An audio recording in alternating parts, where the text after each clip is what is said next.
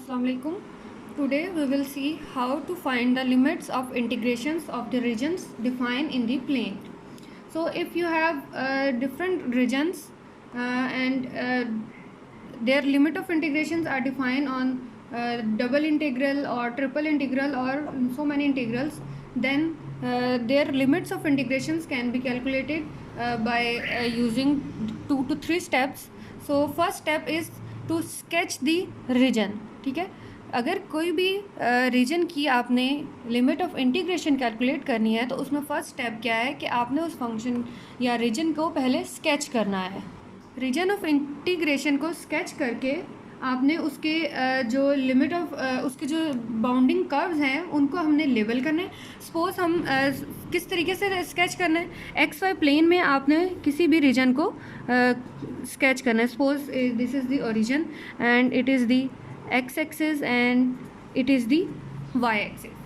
तो एक हमारे पास एक फंक्शन गिवन है X plus Y equal to 1 और जो सेकंड फंक्शन गिवन है वो है X square plus Y square that is equal to 1. अगर हम इन दो फंक्शंस के अकॉर्डिंग इस फंक्शन को स्केच करें तो पहले आप देखो X plus Y equal to 1, इसकी आपने कर्व ड्रॉ करनी है, इसका ग्राफ ड्रॉ करना है. तो वो किस तरीके से होता है, वो कुछ इस फॉर्म का होता है. इसकी कर्व यहाँ से क्या आ गई, ये किसकी कर्व आ गई, sorry X plus Y equal to 1 की कर्व आ गई. अब सेकंड आपने किसकी कर्व स्केच करनी है, X square plus Y square equal to 1.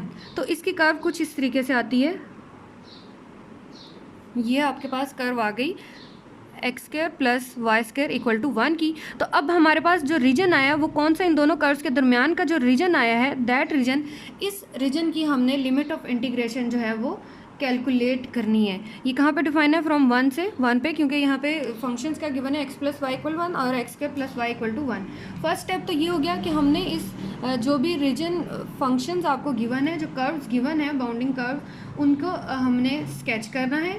Second step क्या करना है कि हमने इस फंक्शन को Y limit of integration calculate करनी है इस फंक्शन की. ठीक है, सेकेंड स्टेप है, अब सेम मैंने वही फिगर यहाँ पे ड्रॉ की है. अब हमने इसकी find Y limit of integration हमने इस फंक्शन की कैलकुलेट करनी है. तो वाई लिमिट ऑफ इंटीग्रेशन किस तरीके से कैलकुलेट करनी है, अगर कोई भी आपको फंक्शन गिवन है, अगर डबल इंटीग्रल पे आपको एक्स और वाई प्लेन में आपको फंक्शन गिवन है तो आपने उस फंक्शन को पहले with respect to Y integrate करना है और फिर with respect to X integrate करना है.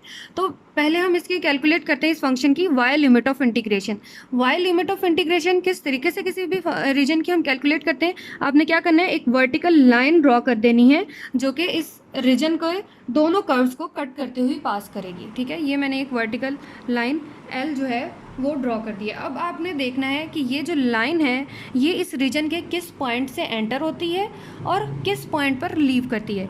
ये वाला जो पॉइंट है, इस पॉइंट से ये कर्व जो लाइन है ये एंटर हो रही है इस रीजन पे, और ये वाला जो पॉइंट है इस पॉइंट से ये जो है लाइन जो है वो लीव कर रही है इस पॉइंट को, इस रीजन को.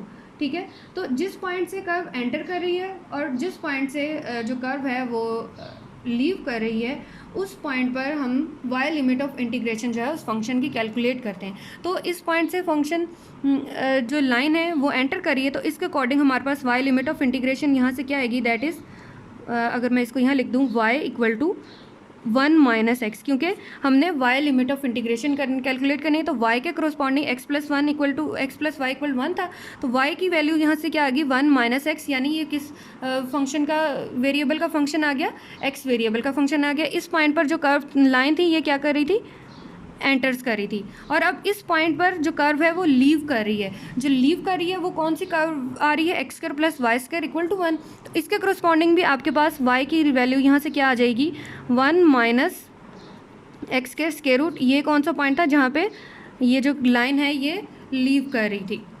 तो जिस पॉइंट से एंटर कर रही थी और जिस पॉइंट से लीव कर रही थी वो हमारे पास इस फंक्शन की वाई लिमिट ऑफ इंटीग्रेशन आ गई. यानी अगर आपने with respect to Y calculate करनी है तो एंटर्स वाली लिमिट लोअर लिमिट होगी 1 माइनस एक्स, और जो लीव कर रही थी वो वाली लिमिट यहाँ से क्या होगी, वो अपर लिमिट होगी, और साथ में यहाँ पे जो भी आपके पास फंक्शनल वैल्यू गिवन होगी उसके अकॉर्डिंग. ये तो आ गई हमारे पास वाई लिमिट ऑफ इंटीग्रेशन. अब थर्ड स्टेप इसमें क्या, हमने एक्स लिमिट ऑफ इंटीग्रेशन इस किसी भी रीजन की कैलकुलेट करनी है. अब एक्स लिमिट कैलकुलेट करने के लिए हमने कौन सी वैल्यूज़ लेनी है? Choose X limit that include all the vertical lines through our region, ठीक है। अब इस आर रीजन में जितनी सारी वर्टिकल लाइंस होंगी वो सारी हमारे पास एक्स लिमिट ऑफ इंटीग्रेशन में कंसीडर होंगी। यानी इस रीजन में यहाँ पे भी कोई वर्टिकल लाइन आएगी, यहाँ पे भी ये जो सारी वर्टिकल लाइंस होगी वो कहाँ से होगी? 0 से 1 पर होंगी। तो इस तरह के फंक्शन में जो रीजन में हमारे पास एक्स लिमिट ऑफ इंटीग्रेशन होगी वो कौन सी होंगी? Those who includes all the vertical lines throughout the region R. तो यहाँ पे हमारे पास इस एक्स की स्मॉलेस्ट वैल्यू क्या होगी? वो 0 होगी, और जो लार्जेस्ट वैल्यू क्या होगी? वो 1 होगी। तो अगर इसको अब मैं कंबाइन फॉर्म में लिखूँ, अगर आपके पास कोई फंक्शन है जो कि डिफाइन है ऑन सम रीजन आर, और फंक्शन क्या है? F X Y D A. तो इस टाइप के फंक्शन को हम किस तरीके से डिफाइन करेंगे? इसकी डी ए आप लिख लो, पहले with respect to Y integrate करना है, फिर रिस्पेक्ट टू एक्स इंटीग्रेट करना है। तो double integral F of X Y D Y D X. तो अब डी वाई की लिमिट ऑफ इंटीग्रेशन हम कैलकुलेट कर चुके हैं इस स्टेप में। वाई लिमिट ऑफ इंटीग्रेशन वो क्या थी? 1 माइनस एक्स से 1 माइनस एक्स स्क्वायर रूट, और x की लिमिट ऑफ इंटीग्रेशन क्या आई है? वो 0 से 1 आई है, ठीक है। तो अब कोई भी फंक्शन आपको गिवन हो, उसकी अगर आपने पहले उसको फंक्शन को with respect to y calculate कर रहे हो, तो आपने y लिमिट किस तरीके से कैलकुलेट करनी है? रीजन को वर्टिकल लाइन से आपने कट करना है, और जिस पॉइंट से वो लाइन एंटर होगी वो उसकी लोअर लिमिट होगी y लिमिट की इन वेरिएबल x, और जिस पॉइंट पर लीव करेगी वो उस फंक्शन की हमारे पास अपर लिमिट होगी इन वेरिएबल x। तो ये तो बात होगी अगर हम पहले फंक्शन को इंटीग्रेट कर रहे हैं विद रिस्पेक्ट टू एक्स, और फिर इंटीग्रेट कर रहे हैं विद रिस्पेक्ट टू वाई।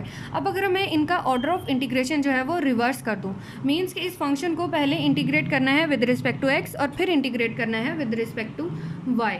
यानी किस तरीके से कि इसकी लिमिट ऑफ इंटीग्रेशन, यानी लिमिट ऑफ इंटीग्रेशन तो कैलकुलेट करेंगे ना। अब अगर किसी भी फंक्शन का ऑर्डर ऑफ इंटीग्रेशन अगर हम रिवर्स कर दें, तो उसकी लिमिट ऑफ इंटीग्रेशन के लिए हम क्या करेंगे? उसमें पहले हम यहाँ पे x limit of integration calculate करेंगे।